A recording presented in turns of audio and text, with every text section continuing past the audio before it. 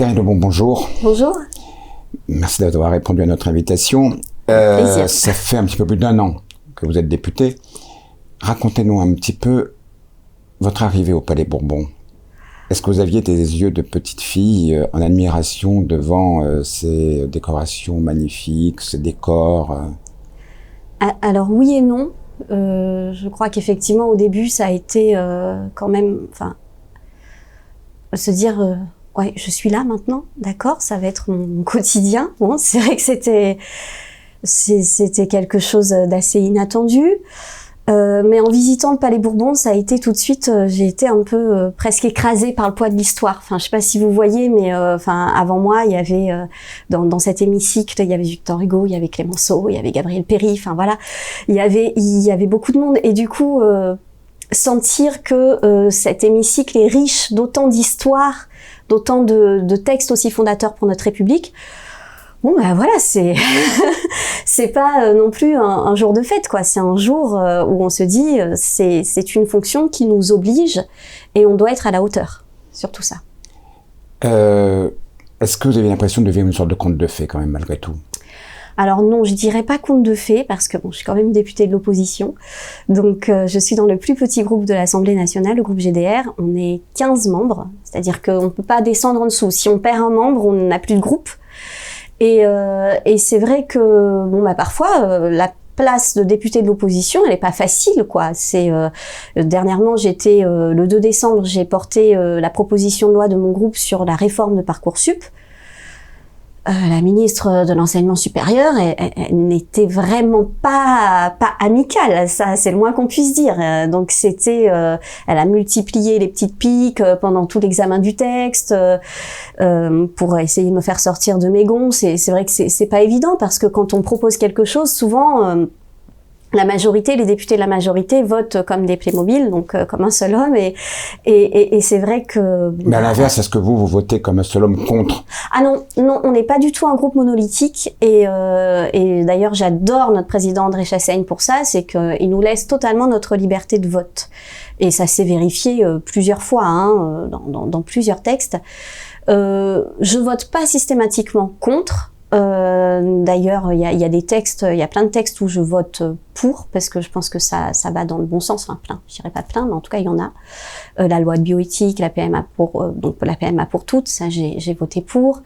J'ai voté pour la loi sur les violences sexuelles faites aux enfants. Parce que je trouve que voilà, il faut protéger davantage ces enfants et ça me semble aller dans le bon sens. Quand on est dans l'opposition, on a du mal à se faire entendre. En général, les propositions de loi que l'on fait sont rejetées systématiquement. Si vous aviez un projet que vous aimeriez faire passer, c'est quoi aujourd'hui? Aujourd'hui, un projet de loi? Oui. Alors, je suis en train de travailler dessus. C'est un meilleur accompagnement des enfants qui sont malades de cancer ou de maladies chroniques, qui doivent se faire soigner dans l'Hexagone et qui malheureusement ne sont pas suffisamment accompagnés. C'est-à-dire que l'enfant, dans ce cas-là, il est vu que comme un malade, il est plus vu comme un enfant. Donc on finance le billet d'avion d'un accompagnant, l'État finance le billet d'avion d'un accompagnant. Alors malheureusement, si l'enfant est trop malade, c'est un médecin qui va accompagner cet enfant, c'est pas le parent. Donc la collectivité, le département va financer un billet d'avion pour que le parent puisse accompagner l'enfant. Mais la fratrie, on n'en parle pas. Donc c'est assez compliqué, c'est-à-dire que l'enfant, une fois sur place, il est vraiment vu comme un malade, c'est-à-dire qu'il est soigné, il a un parcours de soins, mais il a plus vraiment de loisirs, il a plus tout ce qui fait l'équilibre d'un enfant, et il a plus non plus ses frères et sœurs à proximité, tout ce qui fait une famille également. Et on sait combien le moral est important quand on a ce genre de maladie. Donc vraiment là-dessus, alors ça fait plusieurs mois que je travaille dessus, j'ai quand même des freins de la part de l'INCa, l'Institut national contre le cancer, qui me dit oui mais ça va coûter trop cher, etc. Donc il faut savoir que quand on propose une proposition de loi, il faut pas qu'elle coûte trop cher à l'État, donc il faut qu'on pense aux moyens de la financer. Et je me bats pour essayer justement de rester dans une ligne qui soit pas si chère, mais en même temps qui soit une loi de justice sociale, quoi. Vous êtes ultramarine. Oui. Est-ce que c'est plus difficile d'être un député des Outre-mer qu'un député métropolitain? Je pense que oui. Je pense que oui. D'ailleurs, j'ai soulevé ce problème parce que, par exemple, il m'est très difficile de participer aux travaux de la commission dans laquelle je siège. Donc, je siège à la commission des affaires culturelles et de l'éducation. Et en période de Covid, tout allait bien. On avait des visios. Moi, je pouvais participer à quasiment toutes les réunions. C'était très bien. Et puis, depuis la rentrée, l'Assemblée nationale a repris son fonctionnement normal et il n'y a plus de visio pour la commission des affaires culturelles. Donc, il faudrait que je vienne à l'Assemblée tous les mercredis. C'est pas possible quand on est ultramarin. Ou dans ce cas-là, on passe tout notre temps à l'Assemblée, on n'est plus du tout en circonscription, et du coup, on est déconnecté des réalités du terrain. C'est difficile aussi parce que parfois les lois sont faites. Alors les lois sont assez parisiennes. Elles sont faites en déconnexion. Elles sont faites, en déconnexion avec ce qui touche la réalité du terrain, et notamment ici.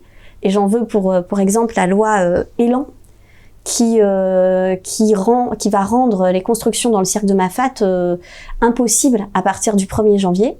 Et malheureusement, quand on dénonce ces choses-là, on est très peu entendu. Moi, j'ai déposé un amendement dans la loi 3DS qui permet, on va dire, des aménagements locaux pour justement demander un délai à ce que Mafate n'entre pas dans ce dispositif-là, qu'on puisse réviser le SCOT pour qu'en fait Mafate soit constructible. Et ça a été rejeté parce qu'ils me disent que ça n'a pas de rapport avec le texte. Or, ça a tout à fait un rapport avec le texte. Je suis un peu remontée contre ça. Et je trouve que oui, nos questions, notamment pour le budget d'Outre-mer, les députés des Outre-mer étaient pas du tout entendus. En fait, c'est simple. Notre ministre, il n'est pas ultramarin. Et dans son cabinet, il n'y a aucun ultramarin. Là, déjà, je crois qu'il y a une déconnexion avec les réalités du terrain. Parce qu'il y a des choses qui ne sont pas dans les dossiers, il y a des choses qu'on sent et que ne sent pas notre ministère des Outre-mer à l'heure actuelle. Et d'ailleurs, la situation en Nouvelle-Calédonie, dans les Antilles, nous le montre bien. Il y a un vrai problème de considération des Outre-mer dans ce quinquennat. Est-ce que dans cette déconsidération des Outre-mer, la Réunion est particulièrement lésée? Je veux dire, par exemple, moi j'ai été étonné quand je suis allé à plusieurs reprises au ministère des Outre-mer, rue Oudinot, de constater qu'il y avait beaucoup de personnel originaire des Antilles et très très peu de la Réunion. Très peu, c'est vrai, pourtant on est le DOM le plus peuplé. À nous tout seuls, on fait l'équivalent des Antilles. C'est ça, mais il y a un lobby des Antilles qui est plus fort que le nôtre. Et c'est vrai que, on a du mal à se faire entendre. En janvier, avec Jean-Hugues Ratenon et David Lorion, on avait demandé un rendez-vous au ministre des Outre-mer, qui nous l'avait accordé. Et quand on est arrivé au ministère, donc on a été reçu par ses collaborateurs. En soi, c'est pas très grave, mais enfin, le ministre des Outre-mer n'est même pas venu à la rencontre de 3 députés, de divers groupes parlementaires en plus. On n'était pas, c'était absolument pas un groupe parlementaire qui voulait lui parler. Là, c'était vraiment la réunion qui venait à la rencontre du ministre et il n'a pas pris la peine d'assister à ce rendez-vous.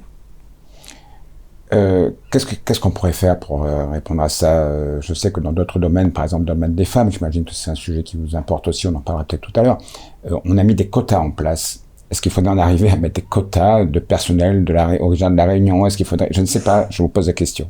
C'est une vraie question. Là, tout de suite, je pourrais pas avoir une réponse comme ça, mais par contre, je pense qu'il faut qu'on engrange cette réflexion-là, parce que on a l'impression que c'est 2 mondes qui ne se rencontrent pas. Et alors moi, j'essaye, donc dans la commission des affaires culturelles, de parler systématiquement de la Réunion, à la délégation aux droits des femmes, même chose, de dire oui, attendez, mais là, vous faites un état des lieux général, mais vous parlez pas de l'outre-mer. Donc là, il faut qu'on ait un ancrage aussi dans les Outre-mer. Les Outre-mer en général, ça représente 4% de la population française. Si aujourd'hui la France est la 2e puissance maritime mondiale, c'est grâce aux Outre-mer. C'est à 97% grâce aux Outre-mer. On a des atouts pour la France hexagonale, mais on a souvent l'impression que oui, on représente ces atouts-là, mais que nos réalités ne sont pas du tout prises en compte. Et il y a un rattrapage qui doit être fait, notamment au niveau de la santé. Ici à La Réunion, 40% de la population qui vit sous le seuil de pauvreté. C'est pas possible, c'est pas entendable. Quand les ministres et les députés viennent à la réunion, ils se disent ah oui, effectivement, il y a des spécificités qu'on n'avait pas vues, dont on se rend pas forcément compte. Et je pense que si on n'arrive pas à porter cette voix-là, il y a effectivement quelque chose qui ne va pas, quoi. Alors vous savez que dans la population, les élus d'une façon générale, mais les députés ont la réputation de ne rien faire, de ne jamais assister aux séances plénières. On voit ces images de bancs vides dans l'hémicycle. Qu'est-ce que vous pouvez leur répondre pour leur expliquer cela? Alors, déjà, le travail d'un député, c'est très large. Comme j'ai dit tout à l'heure, donc on a des séances dans l'hémicycle qui durent de 9h à minuit. Quasiment, parfois plus, oui. On avait voté le pass sanitaire à 5h30 du matin, à 3h30 du matin, donc voilà, c'était un petit peu... c'est pas toujours simple. On ne peut pas assister à tout parce que, de toute façon, il y a un travail de préparation autour des textes. Donc si on est tous les jours de 9h à minuit dans l'hémicycle, c'est clairement pas possible de préparer en même temps les dossiers. Ensuite, on a les commissions, on a les délégations, et on a surtout, je crois que c'est très important, le travail en circonscription. Parce que le travail en circonscription, c'est aller à la rencontre des gens, c'est écouter leurs problèmes. Et si on n'écoute pas... C'est recevoir des porteurs de projets aussi, j'imagine. Bien sûr, rencontrer les porteurs de projets également. Et si on n'a pas cette écoute-là, on a une déconnexion avec la réalité. Et on fait de la politique de dossier. Moi, c'est vraiment pas comme ça que je vois la politique. C'est une politique de terrain que je veux mener. C'est vraiment être à l'écoute des gens, à la rencontre des gens. Et si on partage les mêmes réalités, bah alors on partage les mêmes préoccupations et les mêmes problèmes. Donc c'est vraiment ça que je tiens à dire, c'est que moi, en tant que députée, vraiment j'ai des journées à rallonge, mais je ne m'en plains absolument pas. J'adore ce que je fais. J'ai pas de week-end. C'est très rare que je puisse prendre des vacances, parce qu'en plus maintenant on est aussi interpellé sur les réseaux sociaux, etc. J'essaye de répondre à chacun, ce qui est pas toujours évident, mais je le fais. Et il faut savoir aussi qu'il y a des gens qui habitent hors de notre circonscription qui nous sollicitent également, et dans la mesure du possible, on les aide, on les accompagne, parce que moi je regarde pas vraiment où habite la personne quand elle me demande de l'aide. Et si elle a voté pour vous? Oh non, jamais. Ça je demande jamais. Non, ce serait... je trouve que c'est déplacé, et une fois que je suis élue pour tous les habitants. Je suis pas élue que pour ceux qui ont voté pour moi, sinon... Alors l'autre reproche qu'on vous fait, vous êtes trop payé. Alors, je pense que c'est pas faux. Est-ce que vous êtes devenu riche aujourd'hui? Alors, c'est-à-dire que je gagne plus, oui, qu'avant. Je le reconnais volontiers. Et je pense que c'est pas faux. Moi, je l'avais dit dès le début, je suis tout à fait prête à voter une baisse de salaire pour les députés, ce qui est loin d'être gagné, parce qu'au début du quinquennat, les députés En Marche ont dit qu'ils n'étaient pas assez payés. Donc il faut le savoir quand même, qu'il y a quand même... Est-ce que si vous n'êtes pas assez payé ou peu payé, est-ce que ce n'est pas un risque que vous soyez plus sensible au lobby et plus sensible à la corruption? Il y a ce risque-là, on ne va pas se cacher. Hein. Je veux pas non plus... je veux pas non plus que notre indemnité soit réduite au strict minimum. Il faut quand même qu'on puisse... Vous gérez quand même des milliards quand même, c'est pas rien quand même. Oui, c'est vrai qu'on vote au budget de la nation, et effectivement dans le budget de la nation, ça se chiffre en milliards.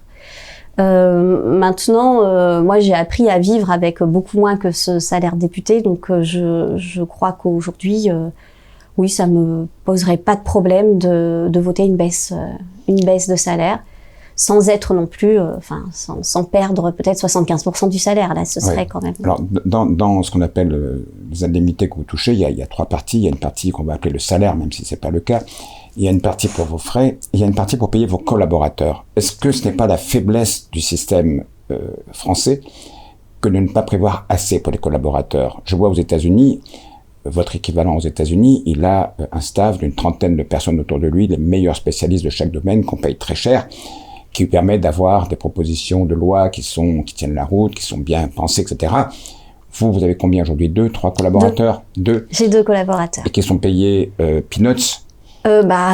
Oui, ils sont... parce qu'avec l'enveloppe que vous avez, vous pouvez pas le faire.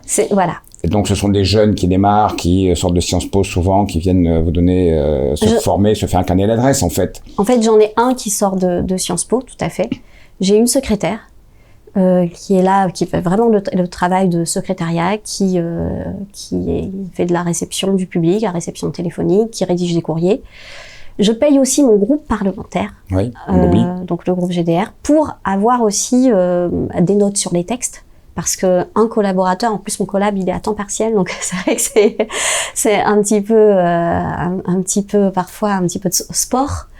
Donc je paye mon groupe parlementaire, j'ai des notes sur les textes qui arrivent et donc j'ai aussi un accompagnement à ce niveau-là.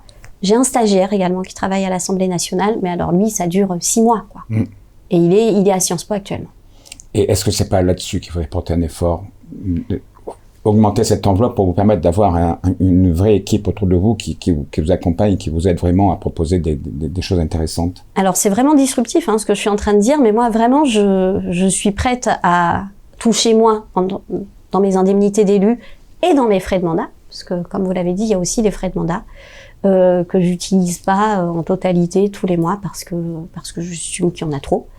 Je suis prête à enlever là-dessus pour avoir davantage de crédit pour mes collaborateurs et pouvoir en embaucher davantage, bien sûr, ce serait le rêve. Très bien, on va revenir à la Réunion. Vous êtes une proche d'Huguette Bello. Tout à fait. Qu'est-ce que vous admirez chez cette femme?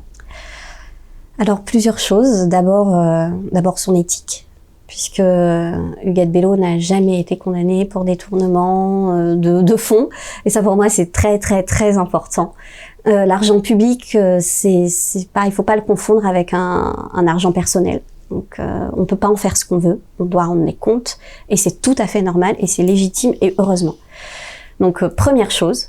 Deuxième chose, j'ai connu Huguette Bello pour son engagement envers les femmes et notamment envers les femmes victimes de violences. Et c'est ce qui m'a conduit à la rejoindre il y a quelques années déjà au sein de l'UFR. Je trouve que on l'érige en grande cause du quinquennat, la lutte contre les violences envers les femmes, etc. Force est de constater que ça marche pas. Qu'il n'y a pas eu suffisamment d'argent qui a été octroyé à la lutte contre les violences faites aux femmes, que les tribunaux sont toujours engorgés, qu'il y a encore il y a encore trop de délais en fait de traitement des dossiers, qu'il y a encore une certaine, je vais utiliser le mot qui fâche, mais complaisance envers les auteurs de violences, qu'il n'y a pas suffisamment ni de bracelets anti-rapprochement, ni de téléphone grave danger qui sont délivrés aux femmes, et on en a eu la terrible illustration, début novembre, quand Lise Morel a été assassinée par son compagnon, elle avait déposé plainte, elle savait qu'elle était en danger, et rien n'avait été fait à temps. C'est souvent le cas, on c'est souvent le cas. Et il y a quelques années, il y avait une jeune femme qui avait dit, Julie Douib, je m'en rappelle, c'est pas à La Réunion, mais elle avait dit, il faudra qu'il me tue pour qu'on me croie. Et c'est ce qui s'est passé. Elle a été tuée et c'est seulement à ce moment-là qu'on s'est dit « Ah oui, effectivement, elle avait déposé 7 plaintes, mais toutes les plaintes ont été classées sans suite. » Et moi, je trouve que ça, c'est un combat. Et j'utilise le mot combat à dessein parce que oui, on a encore trop d'inégalités entre les femmes et les hommes. Et d'ailleurs, les inégalités salariales ne font que se creuser. Depuis le début du quinquennat, ça ne fait que se creuser. À Zinfo, il y a autant d'hommes que de femmes et les femmes touchent le même salaire que les hommes. Alors bravo. Bravo, mais malheureusement c'est loin d'être le cas partout. Et pourtant, la loi Copé-Zimmermann qui instaure la parité et l'égalité salariale entre les femmes et les hommes, elle existe depuis les années 70, il me semble. Donc je trouve vraiment dommage que ce ne soit pas suffisamment, enfin aujourd'hui que ce ne soit pas dans les faits. C'est-à-dire que pour une fois, la loi est en avance sur la réalité. Souvent, par exemple, la loi sur l'avortement, ça a été, Simone Veil l'a dit, ça a été pour rattraper une réalité qui existait déjà. C'est-à-dire que les femmes se débrouillaient par leurs propres moyens, faisaient appel à des faiseuses d'anges pour avoir recours à l'avortement quand c'était interdit en France. Alors elles allaient dans d'autres pays.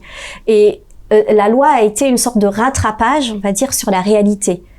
Là, la loi dit... Les femmes et les hommes doivent être payés pareil, de la même façon. Voilà. Travail égal, salaire égal. Et c'est pas le cas aujourd'hui. Depuis le 3 novembre 9h22 en France, 12h22 à La Réunion, les femmes travaillent gratuitement parce que, voilà, elles sont moins payées que les hommes. Est-ce que, selon vous, le phénomène de violence faite aux femmes est plus important à La Réunion? Alors, les statistiques disent qu'on est le 3e département de France le plus violent vers les femmes. Donc, comment vous l'expliquez? En termes de plaintes déposées. Je ne sais pas si j'ai une explication. Ce serait, je crois que c'est pas mon rôle d'avoir une explication à ça. Par contre, on peut par exemple citer l'alcool, par exemple, qui est un déclencheur, et à La Réunion, on est dans les plus consommateurs, donc il y a peut-être déjà une des explications, peut-être. Il y a bien sûr un lien avec l'alcool, mais pas seulement, parce qu'il y a la violence dans les familles, elle est dans tous les milieux, y compris dans les milieux où on s'alcoolise pas forcément. Je crois qu'on a à travailler, en tout cas, sur l'image de la femme et l'image de la fille également. Moi, quand j'étais enseignante, je me battais un petit peu pour dire aux petites filles, puisque les inégalités s'intègrent très tôt, hein, dès 6 ans, les filles ont déjà cette impression d'être moins légitimes que les garçons. Et ça se ressent dans la participation en classe, dans l'espace qu'elles occupent de manière générale, dans la cour de récréation par exemple. Elles se font beaucoup plus souvent interrompre par les hommes.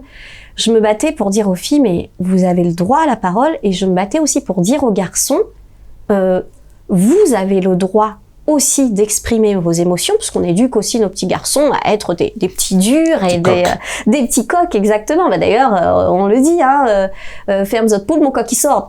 Donc voilà, on éduque aussi nos petits garçons disait, comme ça. Je lâche mon coq aux autres mamans de ramasser leur poule, elle le disait voilà, en français. Et vous voyez, on le dit aussi en créole. D'accord. Donc, selon vous, alors, est-ce qu'il y a une loi à laquelle vous aimeriez attacher votre nom? On se souvient de la loi de la sénatrice Payette sur l'alcoolisation fétale. Tout à fait. Est-ce que il y aurait un thème, un sujet sur lequel vous aimeriez laisser votre nom? Alors, peut-être, cette histoire de...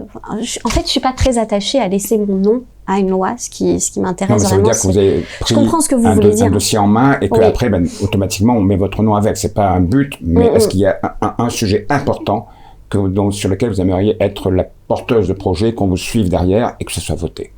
Alors, je parlais de l'accompagnement des enfants malades.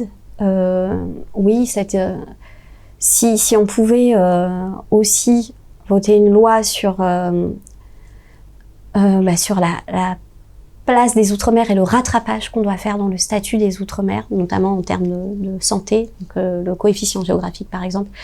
Bon, c'est un peu du réglementaire, mais ce que je veux dire, c'est que si on pouvait redonner un vrai statut aux Outre-mer, oui, j'aimerais bien que mon nom soit associé à cette loi.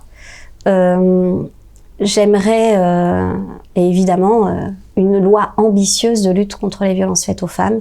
Donc ça fait des années qu'on demande à se calquer aussi sur l'Espagne, qui a été vraiment précurseur en la matière. Donc ça marche? Oui, ça marche.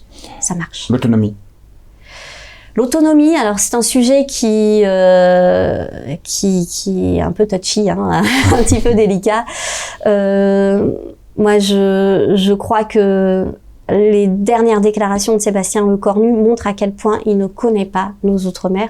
Et en fait, c'était une manière de sauter sur un sujet pour détourner l'attention sur les vrais problèmes. Est-ce que c'était ça vraiment sur vous? Est-ce que ce n'était pas plutôt j'en ai marre de ces Guadeloupéens et de ces Martiniquais qui réclament tout et son contraire et qui...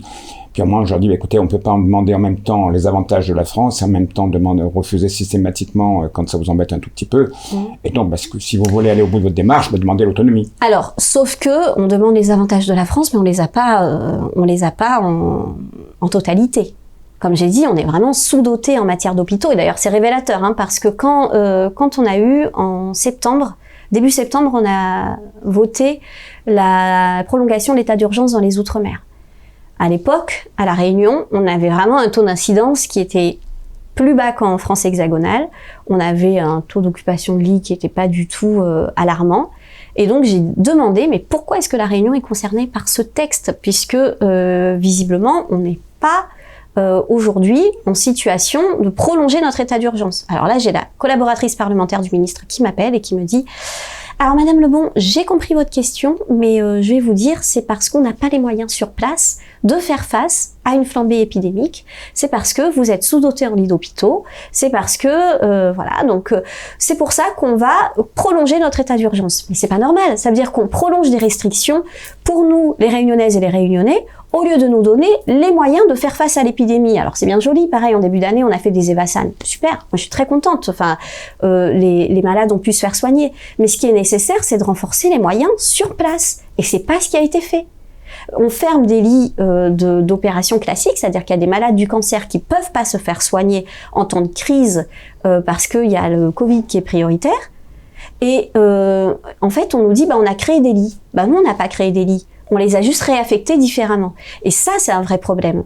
Alors, j'écoute beaucoup France Info, France Inter, etc. Je pense que c'est normal par mon métier. Et j'ai entendu un argument il y a quelques jours qui m'a interpellé. On dit, si on est obligé de fermer des lits, c'est parce que l'on manque de personnel. On aimerait embaucher des infirmiers, on aimerait embaucher des médecins, mais du fait qu'il y a une quinzaine d'années, le numerus clausus a limité, mais drastiquement, divisé par 10, quelque chose dans ce style-là, le nombre d'élèves, eh bien aujourd'hui, il y a une pénurie. On a réaugmenté le numerus clausus, mais il va falloir attendre 3 ans, 4 ans, 5 ans avant que les élèves arrivent sur le marché. Alors, c'est ce que dit beaucoup La République En Marche. Le numerus clausus a été remplacé par numerus apertus. Et moi, l'année dernière, j'ai été vraiment interpellée par des parents, enfin je parle de l'année scolaire dernière, donc par des parents d'élèves qui ont choisi les études de médecine, donc PASLAS, et qui étaient effarés par le manque de place. Il y avait encore moins de place, quoi. Donc je veux bien, je pense que effectivement sur le long terme ça va permettre d'ouvrir, mais ce qu'il y a, c'est que il y a aussi, le personnel soignant a été bien malmené pendant cette crise. Et d'ailleurs, il y en a qui aujourd'hui sont épuisés. J'entendais aussi sur France Info, ils quittent le métier, ils sont en arrêt. Alors que certains revenaient sur leurs arrêts maladie, ils sont revenus, même malades, ils sont venus travailler pendant la crise, mais pour les traiter comme on les a traités, c'est très compliqué. Alors, on manque de personnel soignant, notamment en Guadeloupe et aux Antilles, et puis alors que c'est un territoire qui est très réfractaire à la vaccination, on leur met l'obligation vaccinale. Le gouvernement a été obligé de reculer parce que le problème, c'est que ça s'installe sans dialogue. Et quand on essaye d'installer quelque chose par la force, par une imposition par le haut, ça ne marche pas. Surtout nous, nos territoires des Outre-mer ayant connu l'histoire qu'on a connue, c'est très compliqué aujourd'hui d'essayer de nous dire, voilà, Paris a décidé que vous allez appliquer. Dernière question. Oui. Est-ce que la Karine Lebon d'aujourd'hui est la même que celle d'il y a un peu plus d'1 an? À bien des égards, oui. Qu'est-ce qui a changé? Il y a forcément des choses qui ont changé. Alors, à bien des égards, oui. Je crois que je suis restée la même, c'est-à-dire que j'ai pas changé d'amis déjà. Je reste toujours très proche de ma famille et j'ai toujours les mêmes valeurs. Ce qui a changé, c'est que les conditions de vie sont très différentes. C'est-à-dire qu'aujourd'hui, j'ai moins de temps déjà. J'ai beaucoup moins de temps. Je fais, comme j'ai dit, des journées à rallonge et parfois, donc, il y a une fatigue qui se ressent. Ce qui a changé, c'est qu'aujourd'hui, j'ai des dossiers qui sont différents de ceux que je voyais auparavant. Est-ce qu'intellectuellement, vous avez évolué, vous êtes plus ouverte? Est-ce que vous avez plus, pardonnez-moi l'expression, entre guillemets, de culture générale? Alors je pense que oui, forcément, parce que quand on est député, on s'intéresse à tous les sujets. Donc le premier texte que j'ai voté, j'ai voté contre le retour des néonicotinoïdes, les insecticides tueurs d'abeilles. Donc forcément, il faut s'interroger sur le sujet, s'intéresser de près au sujet, voir des études, etc. Donc on est interpellé sur tellement de sujets différents que oui, forcément, on a plus de culture générale, on passe énormément de temps à lire alors je lisais déjà beaucoup avant, mais là pour le coup, je lis beaucoup plus d'études, d'essais, voilà. Et donc forcément, on apprend, mais à un rythme incroyable. J'avais dit une dernière question, je viens de le dire. Allez-y. Est-ce que vous serez candidate aux prochaines législatives? Oui. Je pense que ce serait bizarre que je ne le sois pas, étant donné que je suis élue que depuis 1 an. J'ai eu le temps de commencer certaines choses, mais j'ai vraiment mis en chantier certaines choses, mais j'ai pas eu le temps encore de voir sur le long terme ce que ça faisait. Moi, j'ai vraiment envie de faire un mandat plein. Après, je suis pas forcément pour faire une carrière déconnectée de la réalité. Donc, je dis pas que dans 5 ans, je serai encore, dans 6 ans, je serai encore candidate. Je n'en sais rien pour l'instant. Ce qu'il y a, c'est que j'aimerais connaître un mandat plein et entier pour essayer de faire évoluer au maximum les choses. Parce qu'en 1 an, c'est très court. Et j'espère que les électeurs me feront confiance à nouveau. Merci Karine. Merci beaucoup.